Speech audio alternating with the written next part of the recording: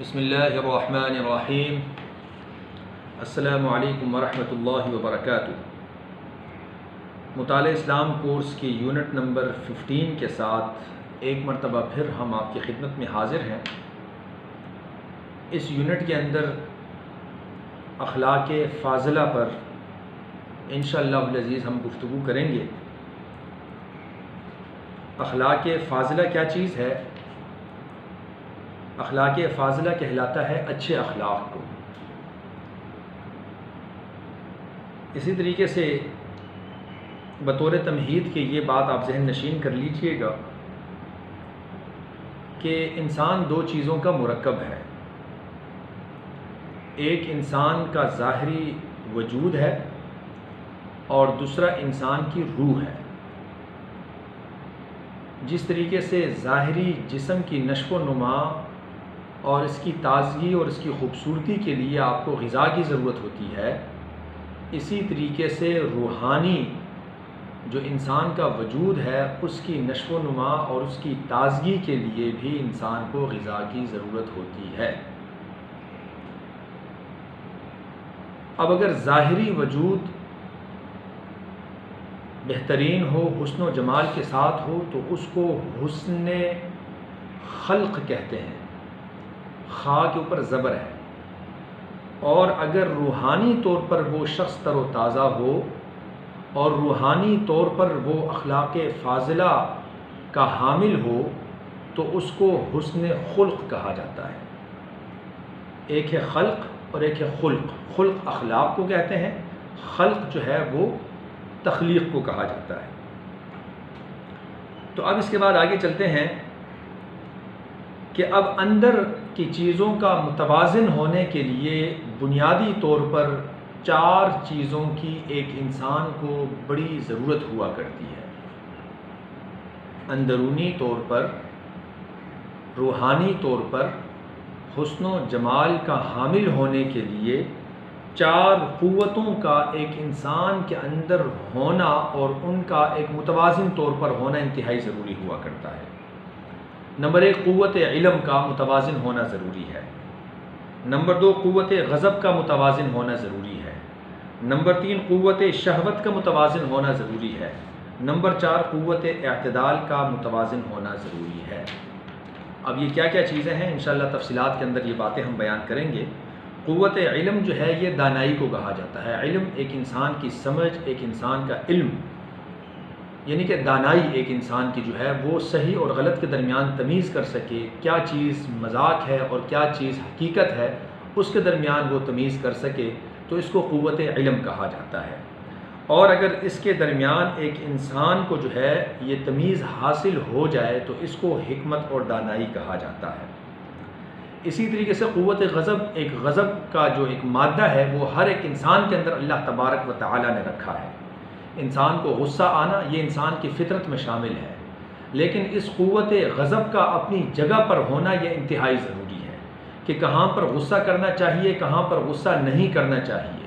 ایک چیز جو ہے وہاں پر آپ کو اپنی دینی غیرت کا اظہار کرنا ہے، وہاں پر دینی حمیت کا اظہار کرنا ہے، اور وہاں پر اگر آپ معذرت خواہانہ لہجے کے ساتھ وہاں پر اگر آپ پیش آتے ہیں تو یہ آپ اپنی قوت غضب کا صحیح طور پر استعمال نہیں کر رہے۔ قوت غضب کا استعمال لازمی ہونا چاہیے، ٹھیک ہے جی؟ تو اب اگر قوت غضب کا صحیح طور پر استعمال ہو اور یہ اپنے مقام پر استعمال ہو رہا ہو تو اسی کو شجاعت اور اسی کو دلیری کہا جاتا ہے۔ نمبر تین، قوت شہوت کا متوازن ہونا ضروری ہے۔ ہر ایک انسان جو ہے وہ اپنے دل میں خواہشات رکھتا ہے اور ان خواہشات کی تکمیل کے لیے اس کے اندر سے ایک موٹیویشن ہو رہی ہوتی ہے کہ جناب یہ خواہش بھی پوری ہو، یہ خواہش بھی پوری ہو، یہ خواہش بھی پوری ہو۔ تو اب خواہشات کو پورا کرنے کے لیے جو جائز طریقے اور جو جائز راستے بتلائے گئے ہیں ان راستوں پر چلنا جو ہے اس قوت شہوت کو متوازن طور پر اور صحیح طور پر استعمال کرنا ہے۔ اور اگر اس قوت شہوت کو غلط طریقے سے، ان خواہشات کو غلط طریقے سے پورا کرنے کی کوشش کی جائے تو اس قوت شہوت کو ناجائز طریقے سے پورا کرنا کہلائے گا۔ تو لہٰذا اس قوت شہوت کا جائز راستے پر استعمال یہ عفت اور پاک دامنی کہلاتا ہے۔ چوتھے نمبر پر جو قوت اعتدال ہم نے بات کی، اعتدال کا مطلب یہ ہے متوازن ہونا۔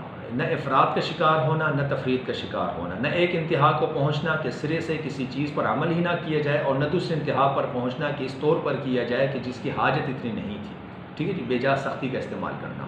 تو یہ انتہاؤں کو کہا جاتا ہے۔ ان انتہاؤں کے بیچ میں معتدل طور پر چلنا، اپنے آپ کو متوازن رکھنا، یہ قوت اعتدال کہا جاتا ہے۔ اور اس قوت اعتدال کا استعمال جو ہے وہ ہر شعبے میں ضروری ہے۔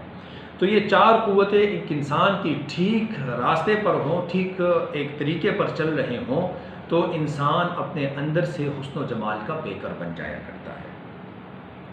یہ چار چیزیں ذکر کرنے کے بعد اب انشاءاللہ ہم آئیں گے اس بات کی طرف کہ اخلاق فاضلہ کے اندر بنیادی طور پر کیا کیا چیزیں شامل ہیں۔ تو ان میں یاد رکھیے گا کہ پہلے نمبر پر صدق ہے، سچائی ہے، سچائی، خود بھی سچائی کا پیکر ہو، دوسرا وہ سچائی کا ساتھ دینے والا ہو۔ یا ایھا الذین آمنوا اتقوا اللہ وکونوا مع الصادقین، سچائی کا ساتھ دو، جو لوگ سچے ہیں ان کا ساتھ دو، جو چیز سچی ہے اس سچی چیز کا ساتھ دو، جو بات سچی ہے اس سچی بات کو تم بیان کرو۔ تو اس کو صدق کہا جاتا ہے۔ کچھ لوگ جو ہے وہ خود تو سچ بول رہے ہوتے ہیں، اور جہاں پر پھر سچ بولنے کے لیے جرت کی ضرورت پڑتی ہے وہاں پر وہ خاموشی اختیار کر لیتے ہیں، یا وہاں پر وہ سچائی کا ساتھ نہیں دے رہے ہوتے۔ تو یہ اخلاق فاضلہ کا تقاضا نہیں ہے۔ اخلاق فاضلہ کا تقاضا ہمیشہ سچ کہنا اور سچائی کا ساتھ دینا ہے۔ اسی لیے حضرت ابوبکر صدیق رضی اللہ تعالی عنہ کو صدیق کہا گیا کہ انہوں نے حضور اکرم صلی اللہ علیہ وسلم کی جو نبوت تھی اس سچائی کا ساتھ دیا۔ اس کے بعد اخلاق فاضلہ میں دوسری چیز جو ہے وہ ہے سخاوت۔ سخاوت کا مطلب یہ ہے کہ اپنی طرف سے بخل سے کام نہ لینا۔ اگر آپ کے پاس علم ہے تو اس علم کو پھیلانے کے اندر بخل سے کام نہ لیا جائے۔ اگر آپ کے پاس دولت ہے تو اس دولت کو اللہ کے راستے میں خرچ کرنے میں سخاوت سے کام نہ لیا جائے۔ آپ کے پاس اگر کوئی اختیار ہے اور اس اختیار میں اگر آپ کسی کو فائدہ پہنچا سکتے ہیں جائز اصولوں کے تحت، تو اس کے اندر پھر آپ کو بخل سے کام نہیں لینا چاہیے۔ کسی کی کوئی اچھی چیز آپ کو نظر آتی ہے اور اس کی اچھائی کی تعریف کرنی ہے تو اس تعریف کے اندر بخل سے کام نہیں لینا چاہیے۔ اللہ تبارک و تعالیٰ کی اتنے انعام اور اتنی نعمتیں اللہ تبارک و تعالیٰ نے ہم پر کر رکھی ہیں، تو ان نعمتوں پر نظر دوڑاتے ہوئے اللہ کا شکر ادا کرنے میں بخل سے نہیں کام لینا چاہیے۔ تو سخاوت جو ہے، ہر چیز کے اندر سخاوت سے کام لینا، یہ اخلاق فاضلہ کا ایک حصہ ہے۔ اور خصوصاً مال کے اندر تو اللہ تبارک و تعالیٰ نے یہاں تک فرما دیا من ذا الذی یقرض اللہ قرضا حسنا، کہ تم میں کون ہے کہ جو اللہ تبارک و تعالیٰ کو قرض حسنا دے۔ تو اس سے معلوم ہوا کہ سخاوت جو ہے یہ بھی اخلاق فاضلہ کا دوسرا ایک بنیادی رکن ہے۔ اس کے بعد پھر آگے چلتے ہیں، تیسرا جو ہے وہ ہے امانت اور دیانت داری۔ ایک ہے امانت اور ایک ہے دیانت داری۔ امانت کا مطلب یہ ہے کہ آپ کے پاس کسی نے کوئی چیز رکھوائی ہے تو اس چیز کو بالکل اسی حالت میں واپس کرنا، یہ امانت کہلاتا ہے۔ اچھا، اور اسی طریقے سے یہ جو عہدے ہیں، یہ جو مناصب ہیں، یہ بھی اللہ تبارک و تعالیٰ کی طرف سے سپرد کی گئی امانتیں ہیں۔ تو ان امانتوں کے اندر خیانت کا ارتکاب کرنا اس طور پر کہ اس کو ذاتی مفاد میں استعمال کیا جائے، یا اس اختیار کو جو ہے کسی کو نیچ دکھانے کے لیے استعمال کیا جائے، اپنے انا کی تسکین کے لیے استعمال کیا جائے، تو یہ خیانت کا ارتکاب ہو رہا ہے۔ حضرت عثمان بن طلحہ، کبھی آپ قرآن شریف کا مطالعہ کرتے ہوئے خانہ کعبہ کی چابی کا یہ واقعہ ہے، چلو میں بتا ہی دیتا ہوں کہ حضور اکرم صلی اللہ علیہ وسلم نے خانہ کعبہ کی چابی کا مطالبہ کیا تھا عثمان بن طلحہ سے، کہ جب وہ مسلمان نہیں ہوئے تھے اور ابھی مکہ مکرمہ پر حضور اکرم صلی اللہ علیہ وسلم نے فتح نہیں کیا تھا، تو اس وقت حضرت یہ عثمان بن طلحہ رضی اللہ تعالی عنہ جو بعد میں مسلمان ہوئے تھے، وہ اس چابی کے ذمہ دار تھے۔ انہوں نے چابی دینے میں بخل سے کام لیا تھا، استغفر اللہ، بخل سے تو میں یہ نہیں کہہ سکتا، یعنی کہ انہوں نے وہاں پر ترش روئی دکھائی تھی چابی دیتے ہوئے۔ تو آپ صلی اللہ علیہ وسلم کو چابی مل تو گئی تھی، آپ صلی اللہ علیہ وسلم اندر تشریف لے گئے اور آپ صلی اللہ علیہ وسلم نے اپنی عبادت کی، پھر باہر آئے اور چابی واپس دیتے ہوئے فرمایا کہ عثمان بن طلحہ، وہ وقت آئے گا کہ اس چابی کا ذمہ دار میں ہوں گا اور میں اپنی مرضی سے جس کو چاہے حوالے کر دوں۔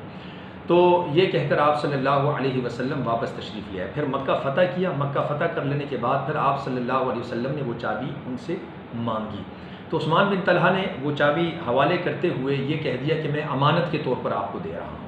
اب امانت کے طور پر دینے کا کوئی اصول بنتا نہیں تھا، لیکن پھر بھی انہوں نے یہ کہہ دیا، آپ صلی اللہ علیہ وسلم نے وہ چابی لے لی، اندر عبادت کی، واپس آ کر آپ صلی اللہ علیہ وسلم نے وہ چابی واپس اسی کے سپرد کر دی، اور سپرد کرتے ہوئے آپ صلی اللہ علیہ وسلم کی زبان پر یہ آیتیں جاری تھی، ان اللہ یأمرکم ان تؤدوا الامانات الی اہلھا، کہ اللہ تمہیں حکم دیتا ہے کہ امانتوں کو ان کے اہلوں کے سپرد کرو۔ اگرچہ اصول کے لحاظ سے یہ کوئی امانت کی صورت بنتی نہیں تھی، لیکن آپ صلی اللہ علیہ وسلم نے ان الفاظ کی لاج رکھتے ہوئے صورت امانت کی لاج رکھی اور امت کو یہ تعلیم دے دی کہ جناب امانت میں خیانت کا ارتکاب نہ کرنا کتنا ضروری ہے، اس کا خیال رکھنا کتنا ضروری ہے۔ تو یہ جو چابی والا معاملہ ہے یہ تو ایک عہدہ تھا، تو اس عہدے کے لیے بھی آپ صلی اللہ علیہ وسلم نے امانت کا خیال رکھا۔ تو اس کا مطلب یہ ہے کہ صرف پیسوں کا رقبہ دینا یہ امانت کی ایک چھوٹی سی ایک قسم تو ہو سکتی ہے، لیکن یہ بالکلی یا امانت کو جو ہے نا، امانت اس چیز کو محیط نہیں ہے، بلکہ امانت کا وسیع مفہوم ہے۔ اسی طریقے سے دیانت داری کے ساتھ، دیانت داری کا مطلب یہ ہے کہ دل و دماغ کے ساتھ، دل کے ساتھ جس کام کو آپ کے سپرد کیا گیا ہے اس کو صحیح طور پر سر انجام دیا جائے، اس کام کو پھر وہاں پر پھر جو ہے نا اپنی انا اور اپنی ذاتیات کو بیچ میں شامل کرنا یہ دیانت کے اصولوں کے خلاف ہے۔ انی لکم رسول امین فرمایا کہ میں جو ہے نا تمہارے لیے ایک امین رسول بنا کر بھیجا گیا ہوں۔ اور اسی طریقے سے فَلْيُؤَدِّ الَّذِي اؤْتُمِنَ أَمَانَتَهُ، یہ آیتیں اللہ تبارک و تعالی نے جو اس حوالے سے فرمائی ہیں، اس کتاب کے اندر بھی صاحب کتاب نے ذکر کی ہے، وَالَّذِينَ هُمْ لِأَمَانَاتِهِمْ وَعَهْدِهِمْ رَاعُونَ، کامیاب لوگوں کی صفت بیان کرتے ہوئے اللہ تبارک و تعالی نے فرمایا کہ یہ لوگ اپنے عہدوں، اپنے عہدوں اور اپنی امانتوں کی رعایت کرنے والے ہوتے ہیں۔ اس کے بعد جو اگلی صفت ہے حسن اخلاق فاضلہ کے حوالے سے وہ ہے رحم، یعنی کہ ایک انسان کو رحم دل ہونا چاہیے، ہمیشہ ظالم نہیں ہونا چاہیے، اور اللہ تبارک و تعالیٰ کے سامنے حاضری کا جو ایک تصور ہے وہ تو لازماً ہی ہونا چاہیے، تو یہ رحم کہلاتا ہے۔ ٹھیک ہے جی۔ حضور اکرم صلی اللہ علیہ وسلم کی شان کے بارے میں اللہ تبارک و تعالیٰ نے یہی صفت بطور خاص کے بیان فرمایا، وما ارسلناک الا رحمۃ للعالمین، کہ تمام جہانوں کے لیے آپ رحمت بنا کر بھیجے گئے۔